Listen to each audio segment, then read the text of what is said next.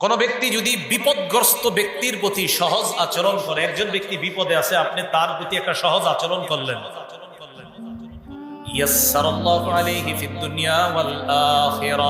আল্লাহ ওই ব্যক্তির সাথে দুনিয়া আখিরাতে সহজ আচরণ করেন।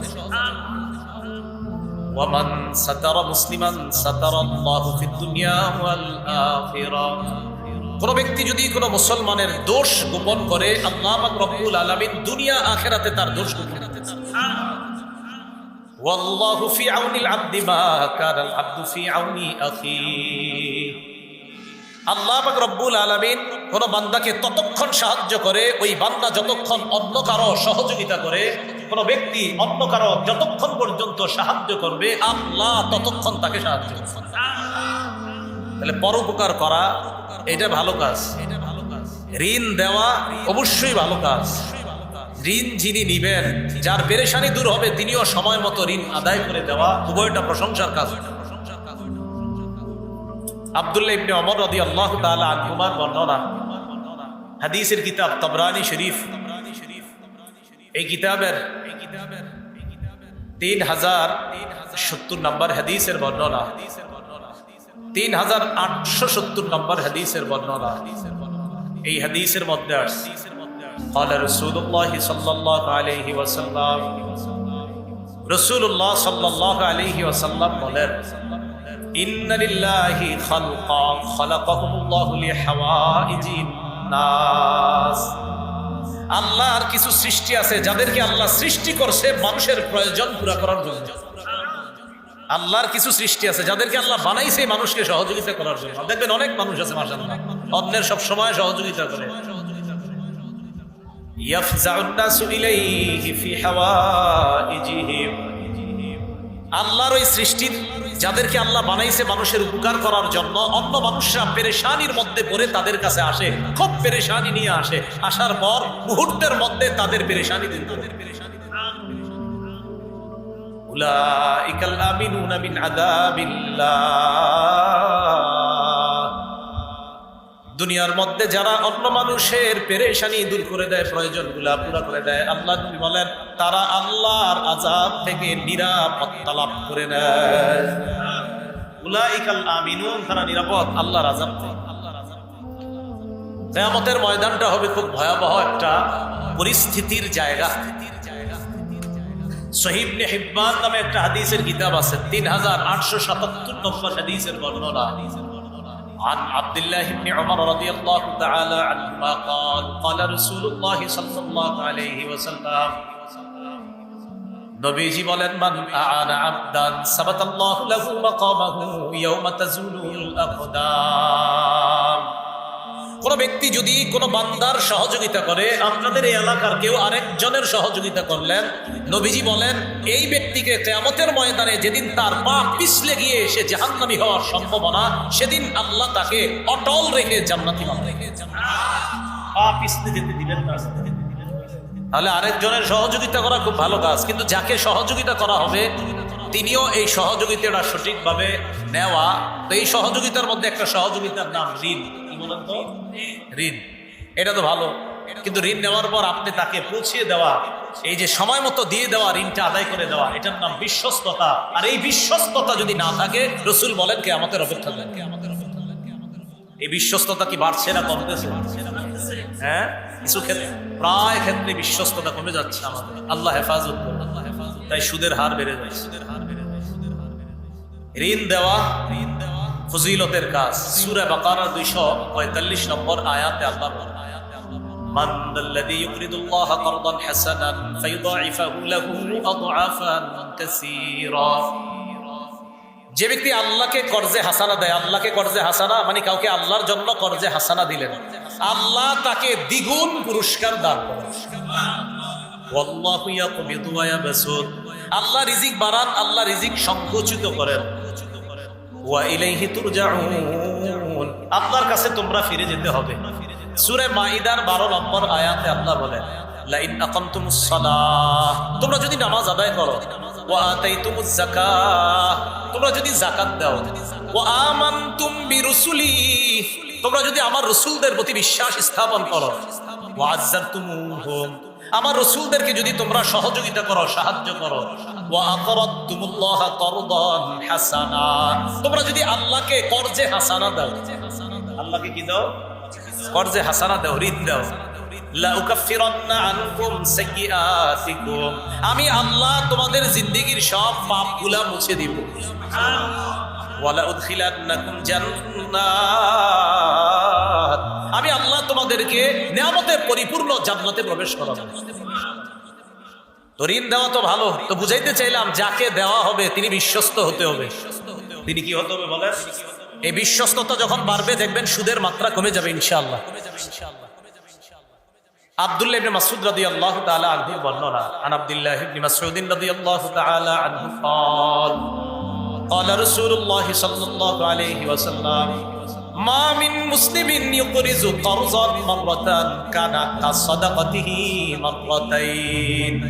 নবীজি বলেন, কোন মুসলমান অন্য কাউকে যদি একবার ঋণ দেয়, আপনি কাউকে 10 টাকা একবার ঋণ দিলেন আর আল্লাহর রাস্তায় 20 টাকা দান করলেন, তাহলে ডাবল করলেন দান। ঋণ দিলেন 10 আর 20 টাকা দান করলেন, তাহলে ডাবল হলো দান। নবীজি বলেন, কোন ব্যক্তি অন্য কাউকে যদি একবার ঋণ দেয়, কানা কা সাদাকাতিহি মাররাতাইন, আল্লাহ তাকে 2 বার সদকা করার সওয়াব লিপিবদ্ধ করে দেয়। একবার ঋণ দিলে 2 বার সদকার সওয়াব, একবার ঋণ দিলে 2 বার দান করার সওয়াব। তো বুঝাইতে চাইতেছি বারবার, ঋণ দেওয়া ভালো, যিনি নিবেন তিনি বিশ্বস্ত হতে হবে। তাহলে দেখেন, ঋণ দেওয়া ভালো, আবার ঋণের টাকাটাও আপনি পেয়ে যাবেন যদি বিশ্বস্ত হয়, এতে আপনি ডাবল সদকার সওয়াব পাবেন। আমি শুধু বুঝাইতে চাইতেছি বিশ্বস্ততাটা যেন আমাদের থেকে উঠে না যায়। এটা উঠে যাওয়া কিয়ামতের অপেক্ষা করা।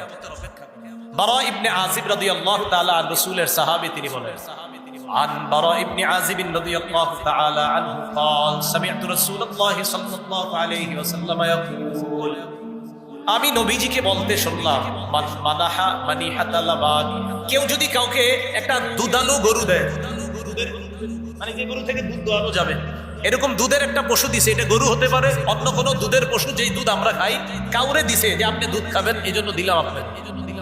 মান মানাহা মানিহাতা লাবান আও ওয়ারাকিন, কেউ যদি কাউকে স্বর্ণ রূপা ঋণ দেয়, আগের যুগে ছিল আপনার স্বর্ণ রূপাই টাকা পয়সার মতো ঋণ দেয়, আও হাদা যুকাকা, অথবা কেউ যদি কোনো পথিককে রাস্তা দেখা যায়, উডুমপুর এই দিক দিয়ে এক ব্যক্তি গাড়ি নিয়ে ঢুকছে, আপনারা বললো ভাই আমি অমুক জায়গায় যাবো, রাস্তাটা দেখায় দেন, আপনি রাস্তা দেখায় দিলেন, কানা লাহু মিসলু ইত্তি রাকাবাতি, আল্লাহ তাকে একটা গোলাম আজাদ করার সওয়াব দান।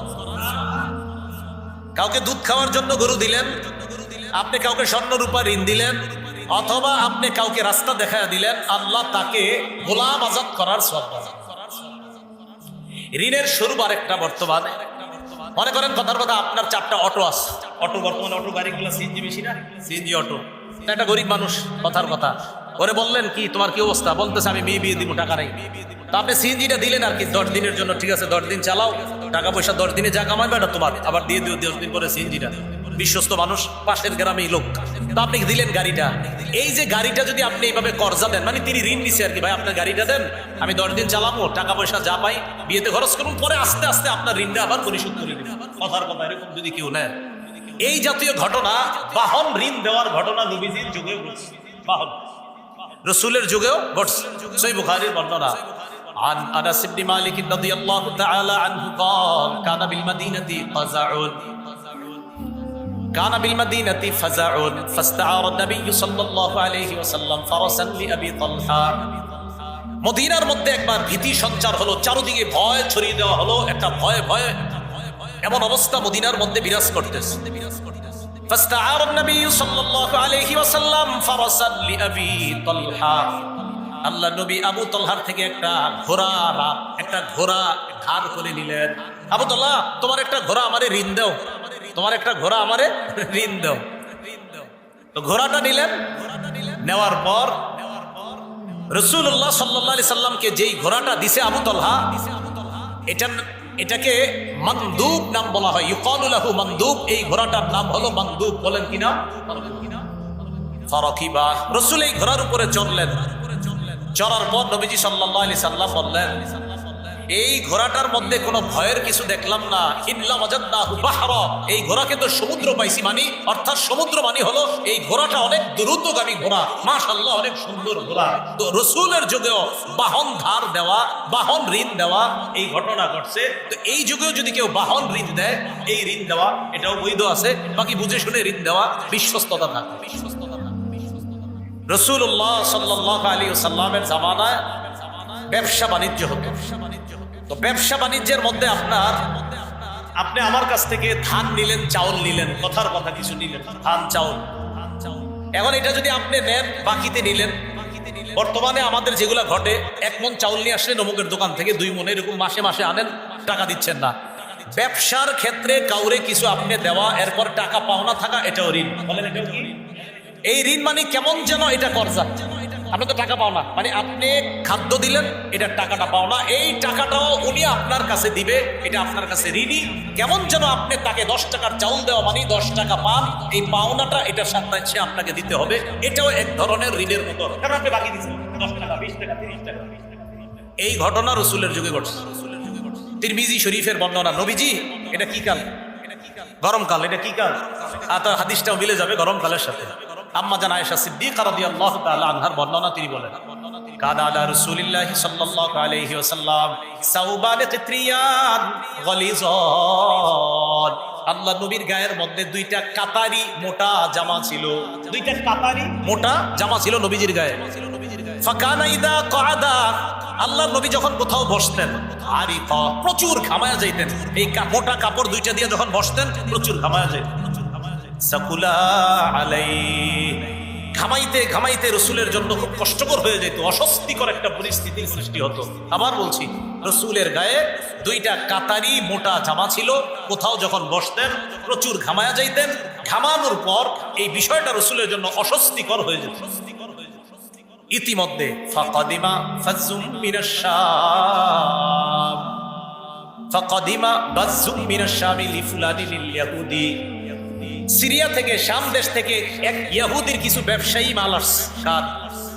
ইহুদির ব্যবসায়ী কিছু মাল আসছে। তো ওই মালের মধ্যে দামি দামি পাতলা পাতলা কাপড়ও ছিল। আবার বলছি, শাম দেশ থেকে এক ইহুদির কিছু মাল আসছে, ব্যবসায়ী মাল, এই মালের মধ্যে দামি দামি পাতলা কিছু কাপড়ও ছিল। তো রাসূলুল্লাহ সাল্লাল্লাহু আলাইহি সাল্লাম বৈশা ঘামায়া যাইতেছেন, এটা কি কষ্ট না? আপনারা বৈশা একটু গরম লাগতেছে, কষ্ট হইতেছে না? তাহলে আজকে নবীর মহব্বতে কষ্টটা একটু সহ্য করে নিই, কি বলেন? আচ্ছা, দামি জামা আসছে, দামি কাপড় আসছে ইহুদির ব্যবসায়ী মালের মধ্যে। আম্মা জান আয়েশা নবীজিকে বললেন, ইয়া রাসূলুল্লাহ লাউ বাসতা ইলাইহি, হুজুর আপনি যদি কাউকে ওই ব্যবসায়ীর কাছে পাঠিয়ে দিতেন, ইহুদির কাছে। কয় কেন?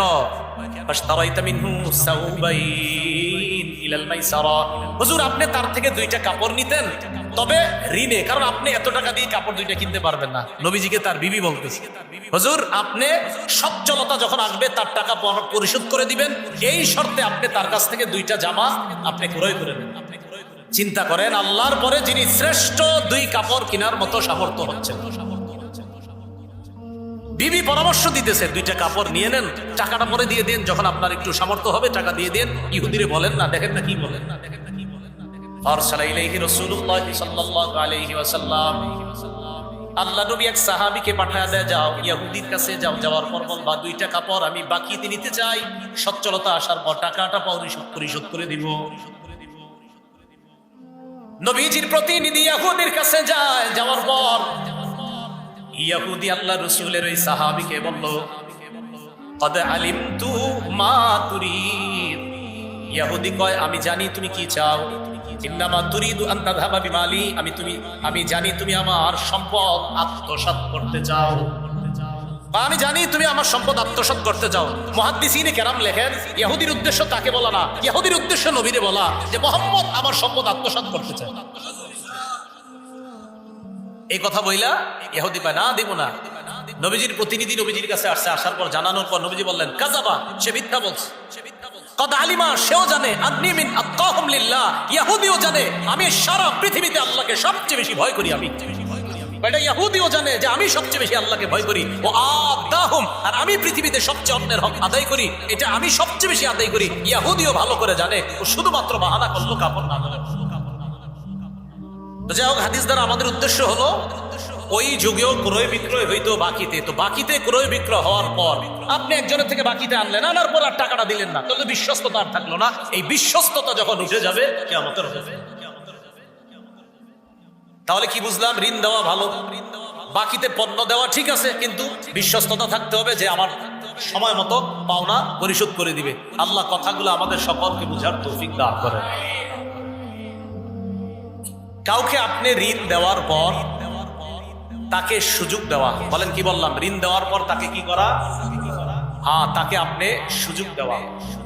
এখন ঋণের মধ্যে আরেকটা ঋণের কথা মনে রাখবেন, দা, কুরাল, কোদাল। আমাদের দেশে দা, কুরাল, কোদাল, লাঙ্গল ইত্যাদি এই বিষয়গুলো, এই জিনিসগুলো ঋণ যদি কেউ চায় তাকে দেওয়া, যদি বিশ্বস্ত হয় যে তিনি দিয়ে দিবেন, এটা দেওয়া উচিত। আল্লাহ তাআলা আনহুর বর্ণনা, ক্বালা রাসূলুল্লাহ সাল্লাল্লাহু আলাইহি ওয়াসাল্লাম, আল মুসলিমু আখুল মুসলিম ইদা লাকিয়াহু হাইয়াহু বিসসালাম। নবীজি বলেন, এক মুসলমান আরেক মুসলমানের ভাই, মুসলমান তার আরেক মুসলমান ভাইয়ের সাথে যখন সাক্ষাৎ হবে প্রথমে বলবে আসসালামু আলাইকুম। সাক্ষাতে কি বলবে? ওয়া ইয়ারুদ্দু মা হুয়া খায়রুম মিন, আর যাকে সালাম দিবে ইয়ারুদ্দু আলাইহি মা হুয়া খায়রুম মিন, তিনি উত্তম ভাবে জবাব দিবেন।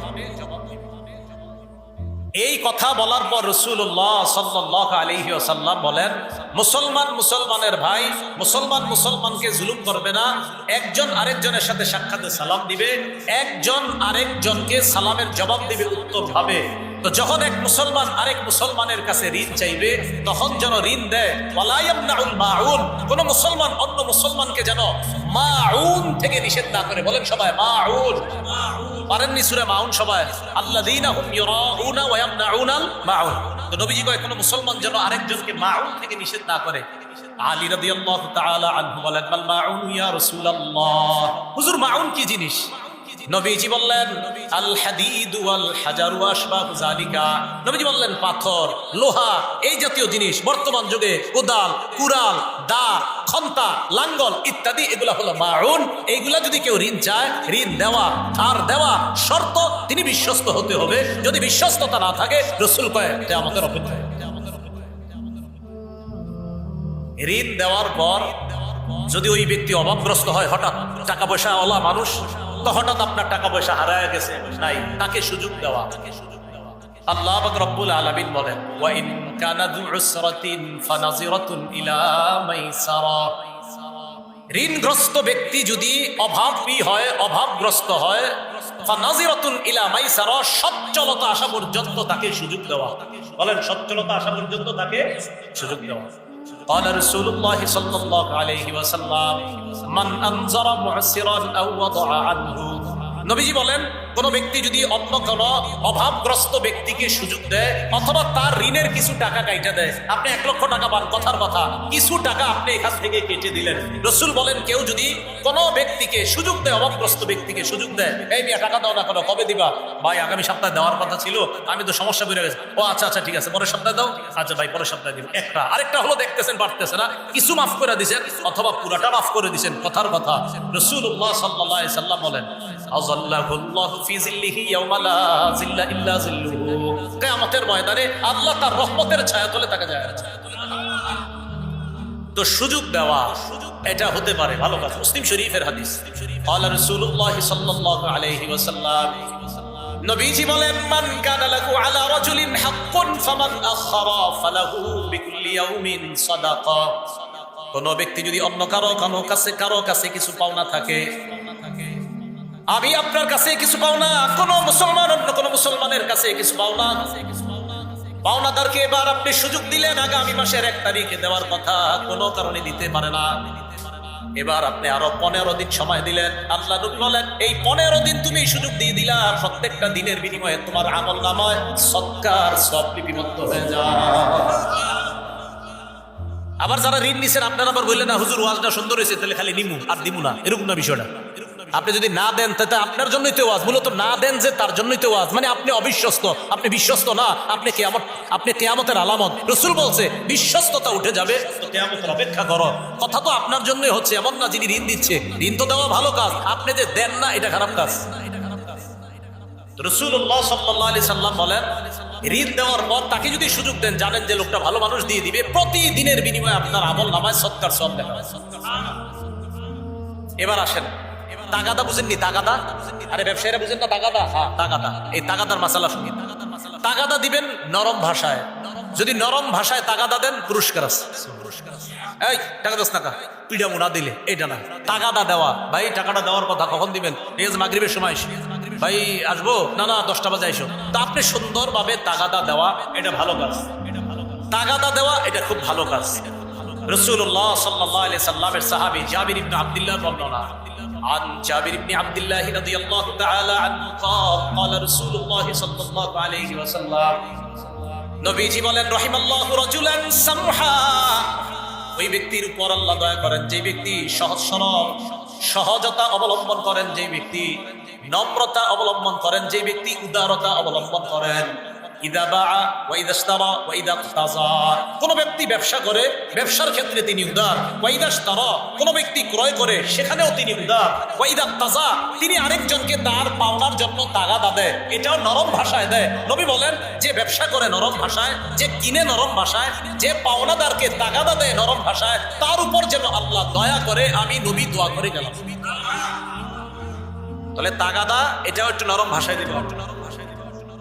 রাসূলুল্লাহ সাল্লাল্লাহু আলাইহি সাল্লামের সাহাবী আব্দুল্লাহ ইবনে আব্বাসের বর্ণনা عن عبد الله بن عباس رضي الله تعالى عنهما قال قال رسول الله صلى الله عليه وسلم নবীজি বলেন ইমসাহ ইউমসাহ আলাইক, আল্লাহ রাসূল বলেন তুমি উদারতা অবলম্বন করো, ইউমসাহ আলাইক, তোমার প্রতি উদারতা প্রদর্শন করা হবে। তুমি যদি উদার হও তোমার প্রতিও উদারতা অবলম্বন করা হবে, তোমার প্রতিও দয়া করা হবে। তুমি যদি নরম ভাষী হও তোমার প্রতিও রবের পক্ষ থেকে নরম আচরণ। রাসূলের সাহাবী আবু সাঈদ খুদরি রাদিয়াল্লাহু তাআলা আনহু বর্ণনা عن أبي سعيد الخدري رضي الله تعالى عنه قال قال رسول الله صلى الله عليه وسلم নবীজি বলেন আফজালুল মুমিনিনা রাজুলুন সামহুল বাই' সামহুশ শিরা সামহুল কাযা সামহুল ইক্তিযা। নবীজি বলেন আফজালুল মুমিনিন, শ্রেষ্ঠ মুমিন ওই ব্যক্তি, সামহুল বাই', যে ব্যবসা করে নরম ভাষায়, সামহুশ শিরা, যে কোনো কিছু কিনে নরম ভাষায়। অনেক ব্যবসায়ীদের চেহারা দেখলে আপনার কিছু কিনতে মন যাবে না, এরকম আছে ব্যবসা। নরম ভাষায় ব্যবসা, নরম ভাষায় আবার কিনে। আবার অনেক ক্রেতা আছে চেহারা দেখলে বেচতেও মন চায়। বিষয় দুই দিকে, নরম ভাষায় বিক্রি করা, নরম ভাষায় কিনা। সামহুল কাযা, আবার নরম ভাষায় অন্যের টাকাটা দিয়ে দেওয়া, মানে অন্যের টাকা দেওয়ার ক্ষেত্রে, পরিশোধ করার ক্ষেত্রেও নরম নীতি অবলম্বন করে, মানে সুন্দরভাবে আরেকজনের টাকাটা দেয়। 4 নম্বর ওয়া সামহুল ইখতিযা, আরেকজনকে যখন টাকা দেয়, টাকা দেওয়ার সময় এটাও নরম ভাষায় দেয়। তাহলে ব্যবসা করে নরম ভাষায়, কিনেও আপনার খুব নম্রতা অবলম্বন করে, আবার যখন টাকা আদায় করে এটাও সুন্দরভাবে আদায় করে দেয়। আবার যখন কারো কাছে টাকা পাওনা, এই পাওনার টাকা দাঁড়াও সুন্দরভাবে দেয়। রাসূল বলেন আমি ঘোষণা করে দিলাম এই ব্যক্তি পৃথিবীর শ্রেষ্ঠ মুমিন। তাহলে দেখেন কুতুবপুরের ব্যবসায়ী শ্রেষ্ঠ মুমিন হওয়ার সুবর্ণ সুযোগ, ব্যবসায়ীরা শ্রেষ্ঠ মুমিন হওয়ার সুবর্ণ সুযোগ। কারণ একজন ব্যবসায়ীর মধ্যে এই গুণগুলা পাওয়া যাবে সহজ।